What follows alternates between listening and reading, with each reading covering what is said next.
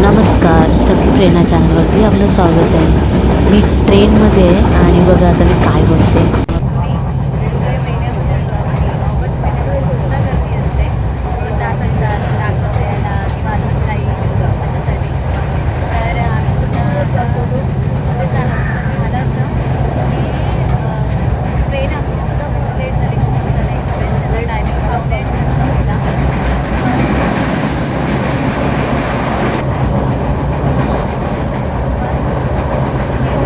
नंतर लेट झाली आणि आम्हाला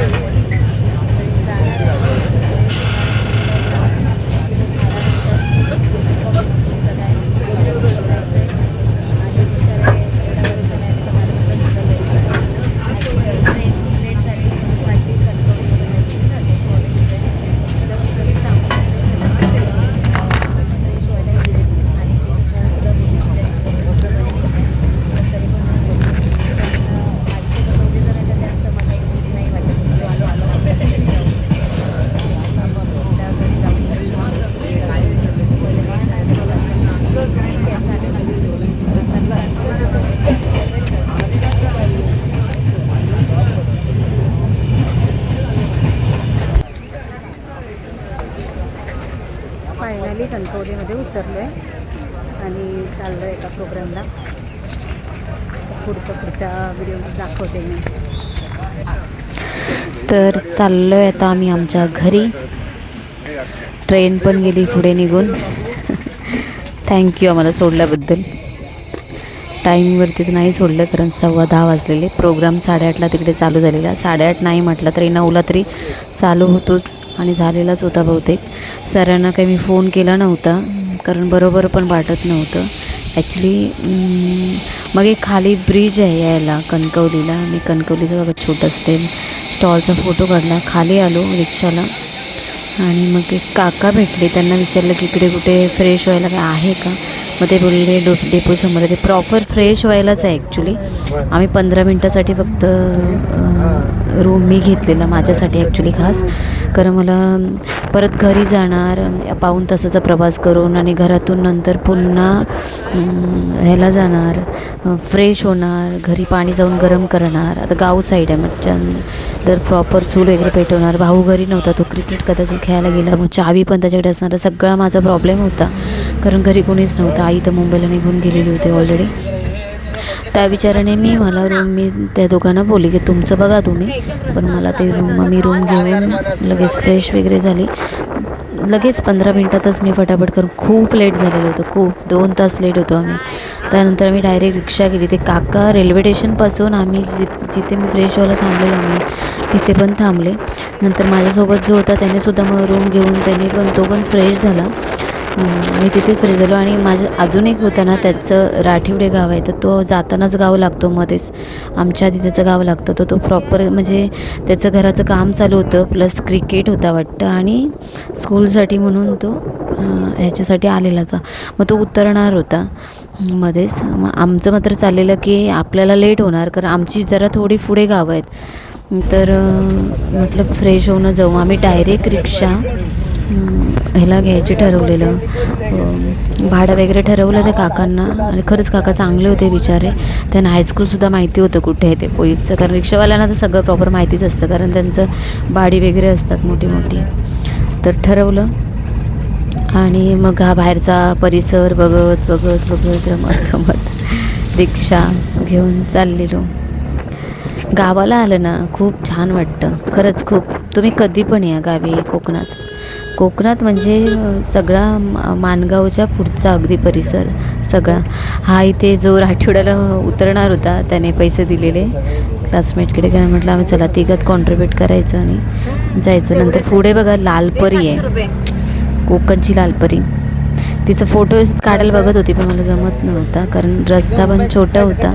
त्याच्यामुळे गाडी रिक्षा क्रॉस करून पुढे घेऊ शकत नाही कारण ऑलरेडी छोटी वाहनं होती, गाड्या होत्या ती समोरून पण येत होत्या. आणि पूर्ण परिसर ना असं आमच्या कोकणात जाईपर्यंत रामगड म्हणा किंवा सगळंच गोठणे बिटणे आता आतमध्ये पण असतील. तर इथे बघा आम्ही पोचलो आणि मग प्रोग्राम चालूच होता. तर सरांनी ते आमचे मुख्याध्यापक कुंभार सर ते बोलत होते की एकाला सगळे माझे विद्यार्थी आलेले होते. म्हणजे त्यांनी बोलवलेलं 100 मुलांचं तरी त्यांनी नियोजन केलेलं होतं पण कमीत कमी अशी मुलं आली होती. आता हा माझ्या मागच्या बॅचचा मुलगा आहे जो पंकज वर्धम बरोबर. त्याचं पोईपला दुकान पण आहे म्हणजे मिठाईचं म्हणायचं खाजा, बंगाली खाजा वगैरे असं सगळ्याचंच दुकान आहे त्याचं. लाडू वगैरे सगळं काही भेटतं, गावच्या वस्तू भेटतात म्हणजे मुंबईला नेणार आहे. त्याच्यानंतर माझी मैत्रीण अर्चना माधव, तिचा भाऊ नयन माधव. म्हणजे मला वाटतं तो 2005च्या बॅचचा आहे आणि आम्ही 1999च्या बॅचचे होतो. म्हणजे आमच्यापेक्षा लहानच होता आणि खूप मुलगा चांगला आहे. मी मागच्या वेळीसुद्धा माझं एक सिम कार्डचं काम होतं बऱ्याच वर्षापूर्वी तर मी त्याच्याकडेच गेले, त्याने करून दिलं. आणि मुलगा खरंच खूप चांगला आहे, खूपच सगळ्या कामानं. आणि बरीच शाळेलासुद्धा त्याची बरीच काही मदत होते. मला म्हणतो मॅडम, तर मी म्हटलं मॅडम नाही बोलायचं, मला ताईच बोलायचं. आणि कारण त्याची बहीण आणि मी एकाच वर्गात होतो, मैत्रिणी चांगल्या मी. आणि ते सूत्रसंचालन सावंत मॅडम करत आहेत. समोर सगळे शिक्षक व्यापारी वर्ग म्हणजे व्यापारी जे आहेत सुरेश दिरुगर काका ते पण बसले होते. खूप छान वाटत होतं. त्यानंतर इथे मी आहे.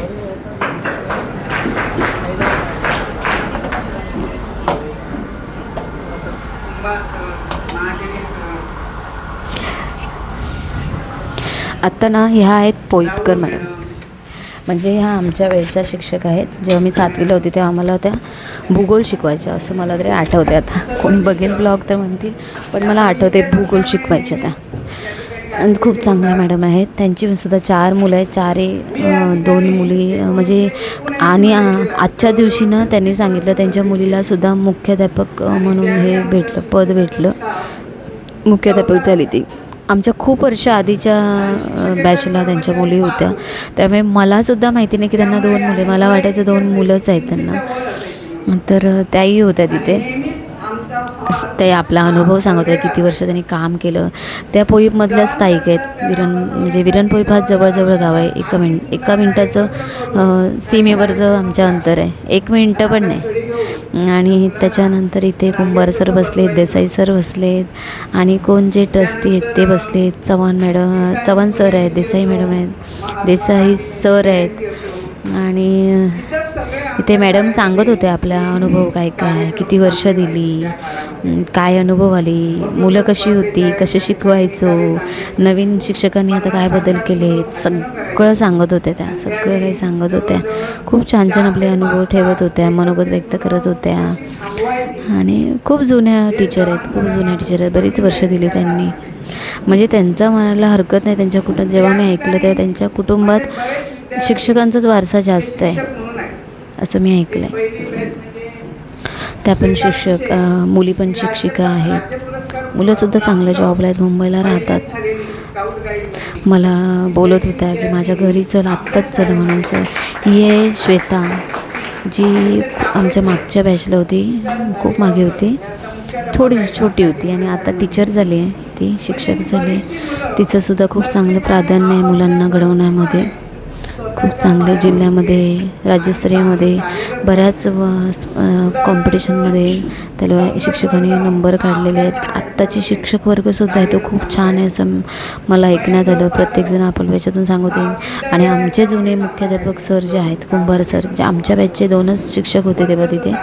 एक कुंभार सर होते आणि दुसरे महाजनी सर होते. 2च शिक्षक होते. महाजनी सर 2 वर्षांनी रिटायरमेंट घेणार होते असं ऐकलेलं. आणि कुंभार सरांकडे 7 वर्ष आहेत अजून, त्यामुळे त्यांच्याकडे खूप कालावधी आहे. कारण ते जेव्हा सर आले ना तेव्हा म्हणजे खूप असं कमी ह्याचं, म्हणजे एकदमच ह्याच्यामध्ये आलेले. म्हणजे आता मगही अंदाज नाही सांगू शकत आपल्या शिक्षकांचा, आपण कसंही सांगणार, पण होते चांगले असे. मला वाटतं तेव्हा नुकतंच लग्न होऊन मुलगा बहुतेक होता, माहिती नाही मला. तर तेव्हा सर आलेले होते. आणि त्यांना म्हणजे त्यांच्या भाषणामधून सुद्धा मी ऐकलं की 27 वर्ष त्यांना झाली. म्हणजे बरोबर आम्हालाही 27च वर्ष झाली, कारण 1999ची बॅच आहे आमची. पण 2000 पकडून आम्ही 26 वर्ष, मी तर सांगते त्यांना कधी पण कुणाला. त्याच्यानंतर हा गणेश माझ्यासोबत आलेला क्लासमेट.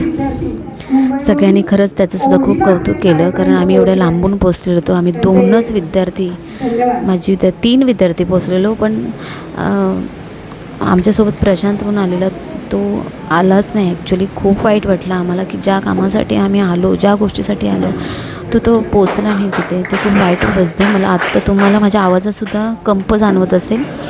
मला खरंच खूप वाईट वाटलं की अरे, ज्या गोष्टीसाठी आपण आलो त्याच्यासाठी तो आलाच नाही तिथे. म्हणजे ठीक आहे, घराचं तो येणारच होता ऑलरेडी, त्याचं चाललेलंच होतं की तो यायचंच होता 31 तारीखला बसायचं. पण माझं मत होतं की एवढ्या योगायोगाने आल्या सगळ्या गोष्टी जुळून तर जायचं.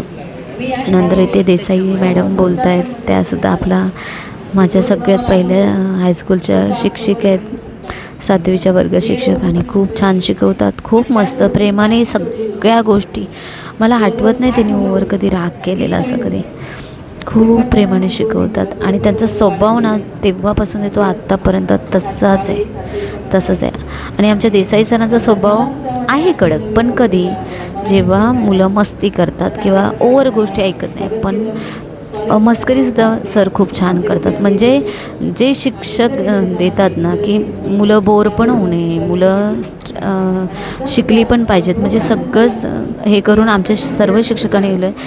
त्यातलं एक वैयक्तिक मला अजूनही आठवते की सर कधी पण हसतच देसाई सर हसत यायचे. हां, पण चिडले तर अभ्यासाच्या बाबतीत होते स्ट्रिक्ट थोडे होते, कारण त्यांच्याकडे सायन्स होता त्याच्यामुळे काही खरं नव्हतं. आणि खरंच खूप छान शिकवायचे. त्यांचं खूप, ते पण पहिले मुख्याध्यापक होते. त्यानंतर मला सुद्धा संधी भेटलेली बोलायची. जे काय होतं गुरुच्या कृपेनेच बोलेन मी, कारण सद्गुरू तर जीवनात आपण लाईफमध्ये करतो, पण हे सुद्धा गुरुच आहेत माझे आणि ह्यांनी मला घडवलं आहे. तर मी प्रत्येक उपस्थित अनुपस्थित जे काही शिक्षक होते नव्हते सगळ्यांची नावं घेतली, अगदी डिसोजा सरांपासून, कारण माझ्या वेळी डिसोजा सर मुख्याध्यापक होते. त्याच्यामुळे सगळ्यांना संधी भेटलेली बोलायची. आणि मी मोठेपणा नाही, पण मी सांगितलं की मी काय करते माझ्या जीवनामध्ये आता, काय म्हणजे माझ्या जीवनामध्ये काय बदल आहे. मी प्रत्येक शिक्षकाला वाटतं ना की माझी विद्यार्थिनी जिथे राहते तिथे सुखी आहे का, कशी आहे, काय, ते विचारत नाहीत, पण त्यांच्या मनात कुठेतरी ते असतं प्रत्येक, कारण ते आई बापाप्रमाणेच आहेत आपल्या. मग मी स्वतःहूनच सांगितलं की हो, मी म्हणजे 2 मुलं आहेत माझी वगैरे, किंवा मी काय करते हे सगळं सांगितलं. कारण शिक्षकांना आवडतं ते आणि त्यांची पोचपावती असते की अरे माझी विद्यार्थिनी इथून गेली, पण काहीतरी आहे ते त्यांच्या चेहऱ्यावरचे हावभाव आपल्याला खूप काही सांगून जातात. त्यानंतर भाषणं वगैरे झाली, आम्ही खाली उतरलो. नंतर ह्याची जी आपली माझी विद्यार्थी संघटना केली, त्याच्यात आमचे सुरेश काका हे खूप आधीचे खूप वर्षाआधी, म्हणजे त्यांचं तर मी साल पण नाही सांगू शकत काहीतरी, तेव्हाचे विद्यार्थी आहेत ते. मग माझे विद्यार्थी, आणि ते व्यापारीसुद्धा आहेतच. व्यापारी म्हणून त्यांना नाही निवडलं ॲक्च्युली, मी तरी म्हणेन वैयक्तिक, कारण तिथे ते उपस्थित होते माझे विद्यार्थी. 42 मुलं आम्ही सगळेजण माझे विद्यार्थी, त्याच्यामधून ते होते.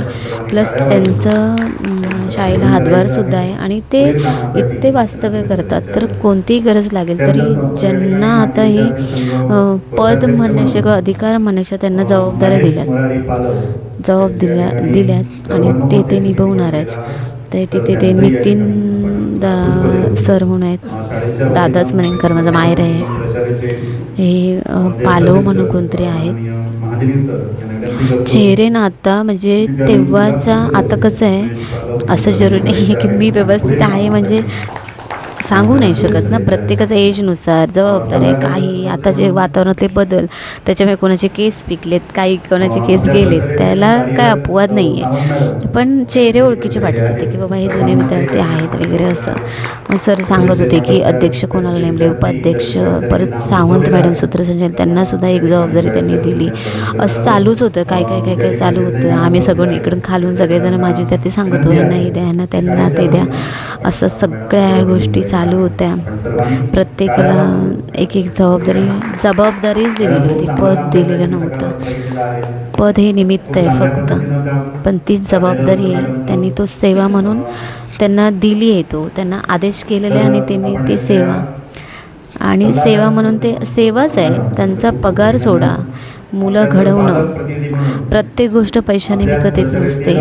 त्याला संस्कार, शिकवण, ह्याची विचारांची जोड सगळे काही जरुरी असतं. ते सगळं काही शिक्षक करत आहेत. आणि आमचे सर 7 वर्ष अजून पुढे आहेत असं त्यांच्या बोलण्यातून माहिती पडलं. तर त्यांच्याकडे अजून कालावधी होता शाळेसाठी खूप, मुख्याध्यापक म्हणून. तर ते तर करतीलच, आम्ही सोबत आहोतच. आता आम्हाला सांगतील काय मदत हवी असेल वगैरे काय ते. पर्सनली मी सुद्धा माझ्या कडून फुलाची पाकळी म्हणूनच करायची मदत मी ठरवली. पण माझी बॅचची 2 मुलं होती, ते बोलले की आपण बॅचला विचारूया काय हेल्प काय आपल्याकडून काय होतं आहे. तर मी थोडंसं थांबली. मग ठीक आहे म्हटलं चला बॅचतर्फे कोण करते बघू, मग एकत्र देऊ किंवा नाही, जर मला जे वाटतं ते मी करणार. मग असं म्हणजे मला जी हेल्प आपल्याला जी फुलाची पाकळी वाटेल ती करायची. आणि सर आधीच बोललेले होते माईकवरती की कुणाला काहीच जबरदस्ती नाही आहे की तुम्ही एवढेच द्या तेवढेच द्या, ज्याला वाटतं ते काही करा, तुम्ही जी काही मदत कराल असं. मग त्याच्यानंतर खूप वेळसा गेला, खूप मस्त वाटत होतं वातावरणात. आलेलो ना मी आली मुंबईवरून, त्याचं सार्थक झालं कुठेतरी. खरंच खूप छान सार्थक झालं, मला भरपूर आवडलं. काका इथे सांगत होते, सुरेश काका, की मी बोलून दाखवण्यापेक्षा करून दाखवलेलं खूप जास्त चांगलं. आणि त्यांच्या ते ह्याच्यातून दिसतं करताना, म्हणजे बऱ्याच गोष्टी आहेत ऐकण्यात पण आहेत, म्हणजे ते करतात, हेल्प करतात. तर त्या व्यक्तीचं तसं बोलणं असणार. आणि तो मोठेपणा नाही आहे त्यांचं, ते सांगण्याचा उद्देश होता की जेव्हा आपण काहीतरी करतो ना, आपण बोलून ते असं त्याच्यासाठी नाही. आणि हे बघा, ते प्रोग्राम संपल्यानंतर मी म्हटलं शाळेला पूर्ण फिरून यायचं भेट. तर इथे हा स्टाफ रूम आहे, शाळेचा नवीन स्टाफ रूम आहे, जिथे प्रयोगशाळा होती पहिली. इथे हा माधव मामा आहे, जो आम्ही शिक्षण घ्यायचो तेव्हापासून. आणि माझी मैत्रीण होती माझ्या वर्गातली संगीता गावडे म्हणून, तिचा सक्का मामा आहे. तर तो तेव्हापासून आहे माधव मामा. आणि माझ्या मैत्रिणीचा मामा सुद्धा आहे सक्का, दोरी. आणि ही माझी शाळा आहे, जी आता खूप काही नवीन बदल झाला आहे, खूप मस्त आहे. हा माझा 10वीचा वर्ग होता पहिला,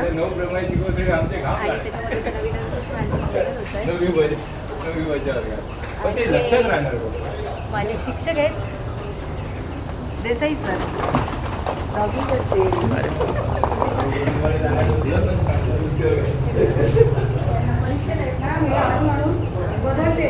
केंद्र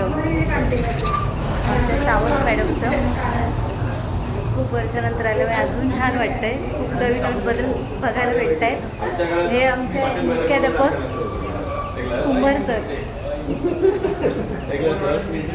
आणि हा पण आहे आमचा माझे विद्यार्थी, माझ्या मागच्या वर्गातला. आणि हे आहेत देसाई मॅडम, ब्लॉगिंग करते ही तुमची. हे तुमचे सुरेश काका, जे मोठे काजूचे उद्योग व्यापारी आहेत. आणि हा माझा वर्गमित्र आहे, ह्याचं तर तुम्हाला सांगणारच होती मी गावी गेल्यानंतर. हा माझा वर्गमित्र आहे, आम्ही एकत्र 10वीपर्यंत होतो. आणि ह्याचा आत्ताच मूवी येऊन गेला, म्हणजे चालू आहे, तुंबाडची मंजुळा. बऱ्याच जणांनी मी सांगितलं होतं व्हॉट्सअपवरती की जाऊन बघा. माझ्या मित्राने काम केलं त्याच्यात, तो हाच आहे. त्याचं नाव आहे चारूस पांजरी, आम्ही लाडाने त्याला पंडित बोलतो. तर नक्की बघा, अजूनही ती मूवी चालते, मी अजूनही बघितली, पण मी बघणार आहे. आणि खूप छान काम करते. हां, मग झी5 आहे, त्याच्यात नक्की बघा, हा तुम्हाला दिसून येईल त्याच्यामध्ये. आणि बघा कला म्हणतात ना, ती कला म्हणतात, छान आहे बघा, किती मस्त वाटतंय. मी असं खूप खुश आहे, 26 वर्षानंतर आले, माझ्या शिक्षकांना भेटले, खूप आनंद होतो आहे. अजून एक मॅडम आहेत, तर मॅडम त्यांना सुद्धा खूप आनंद होतो स्कूलमध्ये. आणि खूप आनंद झाला. आणि खूप आमचा सरांनी सुद्धा शिक्षकाने आता सत्कार केला. आणि खरंच मला खूप रडायला सुद्धा येत होतं की एवढ्या वर्षाने भेटलो. असं वाटतं की पुन्हा शाळेमध्ये बसावं.